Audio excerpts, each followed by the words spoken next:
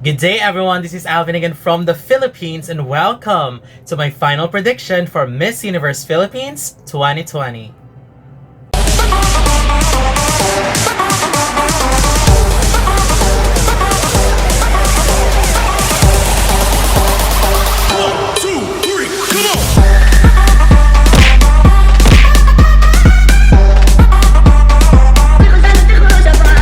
And this is now the most awaited moment in the world of pageantry because the Philippines is going to crown their representative for Miss Universe 2020 and probably Miss Supranational Philippines 2020 as well tomorrow, October 25th. And after watching 3 rounds of preliminaries, the individual interviews, swimsuit and evening gown, I have personally made my top 15 and I will be giving you the reasons on why they are here. So without further ado, because it's going to be a long discussion, here are my top 15 in order. Starting with my number 15, Cagayan Province, Marie Danica Reynes. During the preliminary interview, I was completely amazed and impressed by her. She answered the question beautifully, and the fact that she gives me a vibe that she was herself without bordering pageant-y type of vibe, and that is one thing that I really appreciate about her. I was completely impressed. However, her swimsuit and evening gown preliminaries were just okay.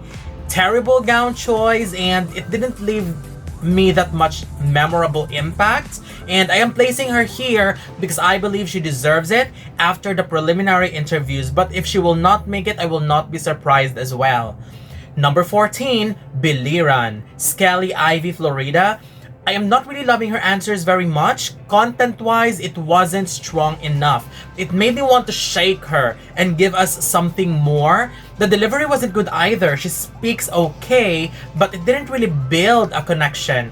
Her swimsuit and evening gown preliminary are quite lackluster too, which is quite disappointing, knowing that many people loved her as one of the contenders this year. And also, personally, I feel bad because I feel like she's got huge potentials, and if she doesn't make it, I wish she could polish everything and come back in the future. Number 13, PASAY City, Zandra Nicole Santa Maria. I really like this woman. Her answers are something that really connected with me, and it is not the typical answers that we usually hear, and I'm glad to hear her answer because that made her even more memorable. I really wish the time were longer because I could actually listen to her for hours. I mean, she's just amazing. Her swimsuit performance was great, but her evening gown was kind of disappointing. The choice of gown was terrible, but I feel like she deserves a placement, and I would be very disappointed if she will be ignored because she doesn't deserve it. Number 12, Oriental Mindoro, Adee Hitomi Akiyama. I didn't really give much attention to her before, but this preliminary interview made me fall in love with her. I sense authenticity and being natural in her, and she did so well when it comes to delivering her thoughts. I also love how she showed so much personality and control in her emotion when she was asked about the childhood lesson. I know she's trying to be emotional, but I am glad she know how to control herself. Her swimsuit and evening gown were okay-ish. She looked beautiful, but didn't leave that much of an impact.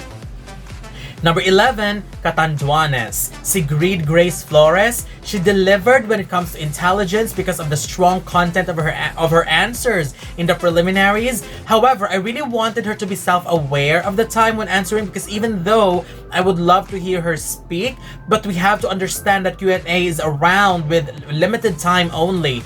Also, I would love to see more smile, and I wish she gives it a bit more charisma when it comes to answering questions because she's a little bit too serious. Again, content-wise, she's great. During the swimsuit and evening gown, I am in love with her. I just love how she looked. I love how she was styled. I also love her confidence in carrying that gown because that was absolutely fabulous. Number 10, Taguig City, Sandra Lemonon. Sandra is definitely the queen of charisma and flirtatious smile and stare, which is absolutely captivating and charming. She just knows how to charm everyone when she's on stage. She looked beautiful, confident, and amazing, and she was phenomenal during the preliminary interviews because she showcased how well-spoken she is, and she is a woman with great personality. Number 9, MANDAUE.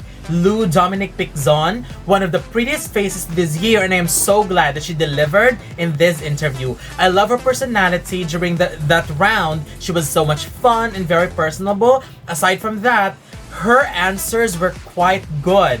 There may be polishings needed, but she did great. Her evening gown was also beautiful. She's got one of the best gowns, one of my favorite gowns during the preliminary round, and she carried it with so much elegance. So which is why I believe that she deserves a spot in the top 15. Number 8. AKLAN, Christelle Abello. During the preliminary interviews, she was good. She seems like a very sweet woman. Although there was a question where she was asked about how she can help her community and she mentioned raising awareness, but I wish she specified it even more. I mean, the way she answered the question about the color though, it was fantastic. Plus, she did quite well in most of the questions. During the swimsuit and evening gown round, I was blown away. I mean, she was a complete surprise to me. Great energy, great aura, and beautiful face. Potential spoiler for sure. Number 7, Cebu City. Tracy Maureen Perez.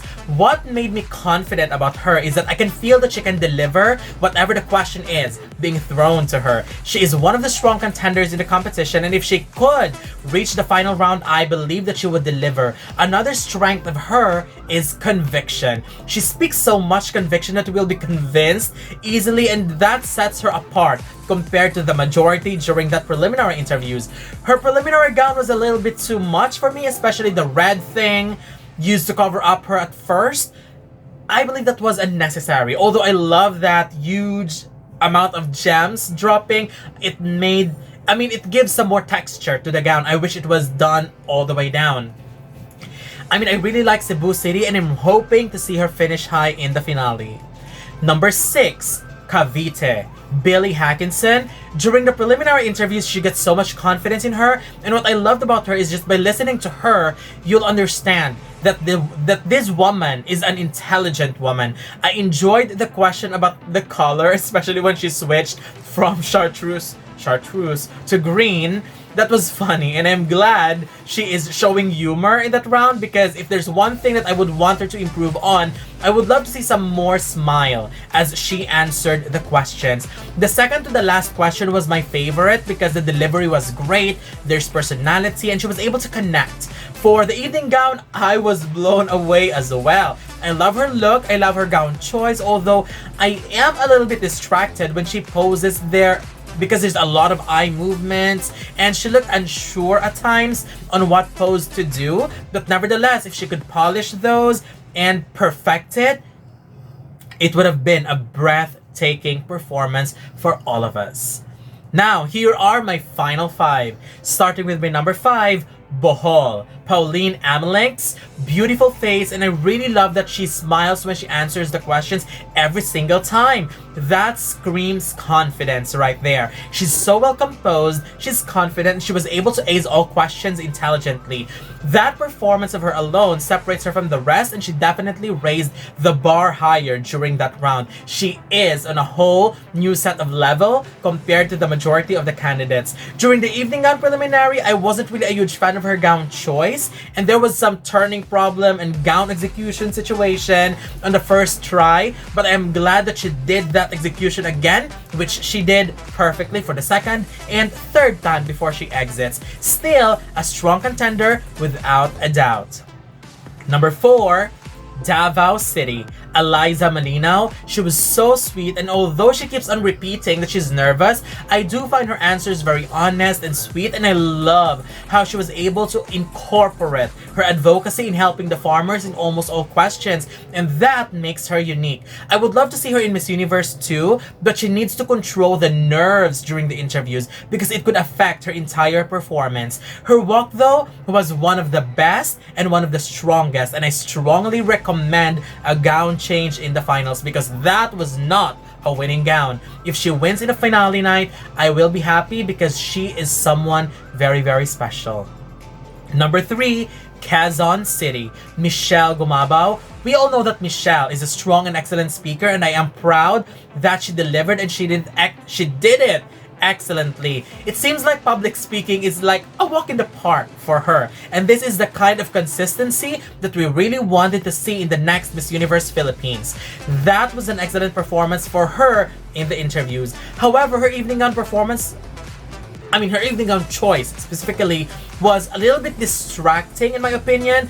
I love how she looked from the neck up, but overall, not a huge fan of the gown. Hoping to see some gown change as well because she has the potentials. She could even win the crown if she reached the final round. Number 2, or my first runner-up, is Paranaque, Isabella Ismael. What's impressive about Isabella is that she's so well polished, just purely based on her beauty and styling during the interviews. When it comes to answering questions, she's just beyond unbelievable with all the strong answers that she gave, from content, substance, conviction, connection. Everything was there. There's nothing I would ask for, to be honest.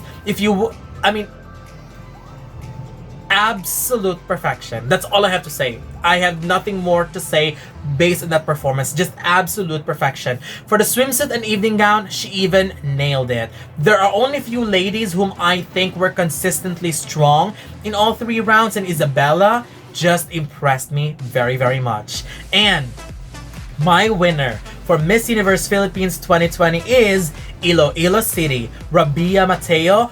What an absolute surprise to me. I have heard some of her interviews with some other vloggers and I already think that she would deliver, but she delivered more than what I am expecting. She answered direct to the point and she was very confident in answering those questions. Also, great styling, her hair, her makeup, it was a goddess appeal. And probably that's one thing that impressed me so much about her during the preliminary interviews. In the evening gown and swimsuit preliminaries, she impressed me even more. She was great in swimsuit and in the evening gown. Wow. That's all I have to say. Honestly, of everyone that performed during the evening gown round, she was the one who gave me Miss Universe quality. So, this is my final prediction for Miss Universe Philippines 2020 and I am very excited to know who will win tomorrow night. This is my prediction, but I will be supporting whoever wins tomorrow because I know the organization will choose someone amazing that will represent the Philippines in Miss Universe 2020. So I would love to know your thoughts. I would love to know your thoughts about my ranking. I would love to know your own personal ranking, so don't forget to leave your comments below. Don't forget to give a thumbs up and share the video as well. And most importantly, don't forget to subscribe because you'll be seeing more of these videos in the future. For now, thank you very much and have a wonderful day from the Philippines.